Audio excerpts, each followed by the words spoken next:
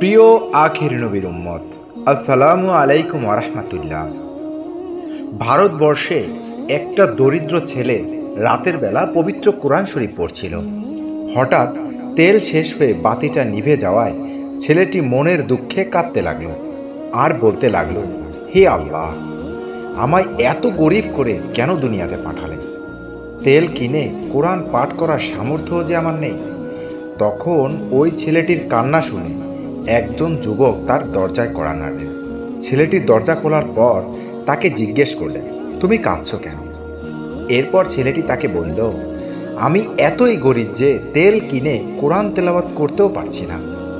এরপর যুবকটি বললেন, তুমি কেঁদো না, আমি তোমার জন্য কেরোসিন নিয়ে আসছি। কিছুক্ষণ পর যুবকটি কেরোসিন নিয়ে এনে বলেছিলেন, আমি জীবনে আর মদ খাবো না। এতদিন যত টাকার মদ খেলাম, এখন থেকে সেই টাকা দিয়ে তোমাকে পবিত্র কোরআন পড়ার জন্য কেরোসিন কিনে দেব। ওই রাতেই যুবকটি মারা গেলেন। কিন্তু সে মদ খেত বলে এলাকার লোকজন তার দাফন কাফন করতে চাইল না। এমনকি তার লাশ ওই এলাকার কবরস্থানেও দাফন করতে দিবে না বলে জানালেন। অতপর যুবকটির লাশ জঙ্গলে ফেলে রেখে আসা হলো। কিন্তু আল্লাহর কি কুদরত, 3 দিন 3 রাত অতিবাহিত হবার পরেও লাশটি সম্পূর্ণ অক্ষত অবস্থায় ছিল। বনের কোনো হিংস্র জন্তু জানোয়ার ছিঁড়ে খাবে তো দূরের কথা, একটা পোকা মাকড়েও তার মৃতদেহ স্পর্শ করেনি।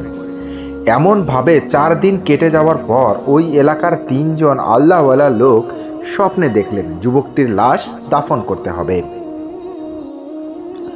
পরের দিন তারা 3 জন মিলিত হয়ে লাশটিকে জঙ্গল থেকে তুলে এনে গোসল করিয়ে কাফন পরিয়ে জানাজার আয়োজন করলেন। কিন্তু এলাকাবাসী বললেন, একটা মদখোরের জানাজা আমরা পড়ব না।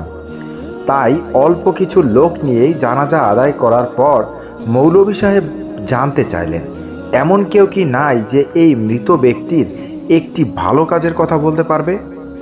তখন একজন লোক হাত তুললেন, যার কাছ থেকে যুবকটি ওই গরিব ছেলেটির জন্য কেরোসিন কিনেছিলেন। দোকানদার লোকটি বললেন, আমি তাকে বলতে শুনেছি, জীবনে অনেক পাপ করেছি, দেখি যদি এই পুণ্যের কাজের বিনিময়ে আল্লাহ তাআলা আমাকে মাফ করেন কিনা। তখন জানাজার একবারে পিছনে থাকা একটি ছেলের কান্নার আওয়াজ পাওয়া গেল। এই ছেলেটি হলো সেই ছেলে, কোরআন পাঠ করছিল সেই ছেলেটি। অতপর সে উপস্থিত সবাইকে উদ্দেশ্য করে বলল, আজ রাতে আমিও একটি স্বপ্ন দেখেছি।